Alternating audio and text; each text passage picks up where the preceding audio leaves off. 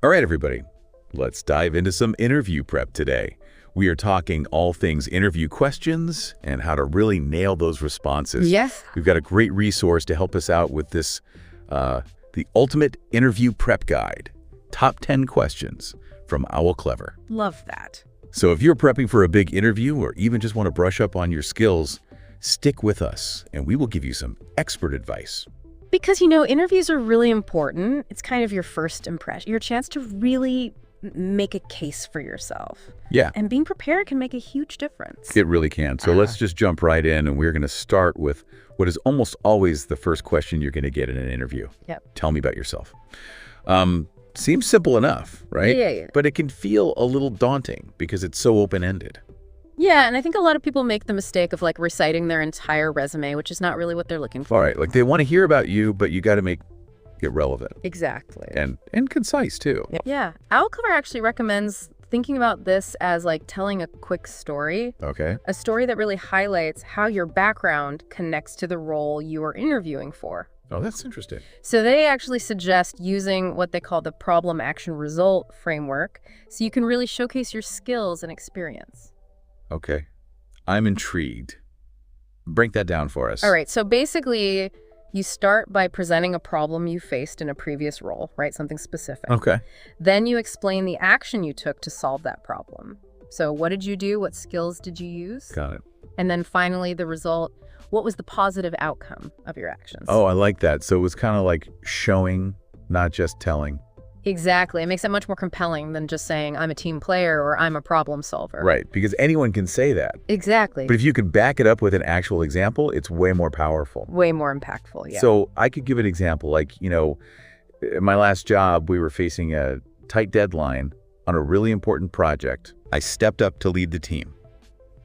We implemented a new communication strategy, and we ended up delivering the project ahead of schedule and under budget. Boom, mic drop. There you go. That's how you do it. Perfect. So we've tackled, tell me about yourself. What's next? Let's move on to another tricky one. Why are you interested in this role? Oh, yeah. That one, it's so easy to just give a generic answer there. Right. Oh, it seems like a great opportunity. Yeah, exactly. But interviewers want to see that you've actually put some thought into it, and that you're genuinely excited about this specific role at their company. So how do you go beyond just, I need a job? Right. What are they really looking for there? So Owl Clever suggests that you really dig deep and think about what truly excites you about this role. Okay. And, try to connect your personal interest to the skills required for the job and the company's overall mission. Oh, that's really smart. Because it shows that you've done your research and that you're not just applying to every job under the sun. You're actually interested in this specific opportunity. Right. You've thought about how you could fit in and contribute. So, for example, if I was applying for, let's say, a marketing role at a company that was really innovative, I might say something like, I am super passionate about finding creative ways to connect with customers, and I am particularly drawn to your company's commitment to pushing the boundaries of digital marketing. Perfect. That shows passion. That shows you've done your homework. That's a great answer. So it's not enough to just say you want the job. You got to explain why you want this job. At this company, yeah. This company. It's all about that alignment. Okay, so we've covered two pretty big ones now. We have. Tell me about yourself. Why are you interested in this role? Let's move on to what might be the most dreaded question of all time. Oh, yeah. The one that makes everyone sweat a little bit. Strengths and weaknesses. Ooh, yes. That one. Yeah. It's like a minefield. How do you answer that honestly without shooting yourself in the foot?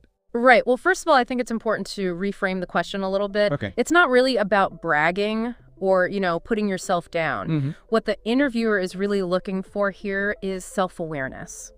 Okay, so they want to know that you can assess yourself. Exactly. They want to see that you can think critically about your own skills and areas for improvement. That makes a lot of sense. So when you're talking about your strengths, don't just list traits. Okay. Give specific examples that really demonstrate those strengths in action. Oh, so back to the show, don't tell idea. Exactly. And Owl Clever has a great tip for this. They recommend using powerful action verbs like led, developed, achieved. I love that. Right, because it makes your statements much more impactful. So instead of saying I'm a good communicator, I would say I led a team to develop a new marketing campaign that resulted in, whatever. Exactly. And then when it comes to weaknesses, this is where a lot of people stumble. Oh, yeah. Because you don't want to be too honest. Right. You don't want to sabotage yourself. Right, exactly. Yeah, but you also don't want to seem like you're not self-aware. Right. So the key here is to choose a weakness that is real. Okay. But then focus on how you are actively working to improve it. So you're showing that you have a growth mindset. I love that. So for example, you could say something like, I sometimes get so focused on the details that I can miss the bigger picture. Oh, yeah. I can relate to that. All right. So many of us can. Yeah. But then you followed up with, to address this, I've started using project management tools to help me stay organized and prioritize effectively. So you're turning a potential negative into a positive. Exactly. It's all about framing it the right way. You're good advice. Yeah. Okay, so we've done, tell me about yourself. We've done, why are you interested? We've done strengths and weaknesses. What's next? All right, let's talk about the one that always trips people up. Where do you see yourself in 5 years? Oh, yeah. That's a tough one because you don't want to sound too ambitious, but you also don't want to sound like you have no goals. Right. You've got to find that sweet spot. And what I always tell people is the key here is to align your aspirations with the company's vision. Okay, so do your research beforehand.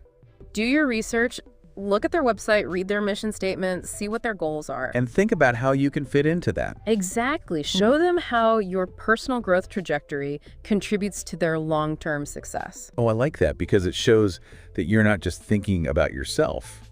You're thinking about how you can help the company. Exactly. And it also shows that you're thinking long-term. You're not just looking for a stepping stone. Right. You're looking to build a career there. Exactly. Okay, so we're getting towards the end of the interview now, and the tables have turned. It's your turn to ask the questions. Ooh, yes. This is a really important part of the interview. It is. It's so important. And I think sometimes people just brush over it. Yeah, they just want to get out of there. Right. They're like, okay, I'm done. But asking insightful questions actually shows that you're genuinely engaged and that you've thought critically about the role and the company. It's a two-way street, right? You're interviewing them just as much as they're interviewing you. Exactly. And it gives you a chance to gather more information to make sure it's the right fit for you.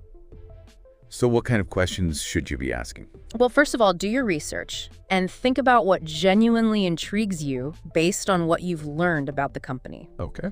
You can ask about the company culture, their recent initiatives, future growth plans. You could even ask about the interviewer's personal experience at the company. Oh, that's a good one.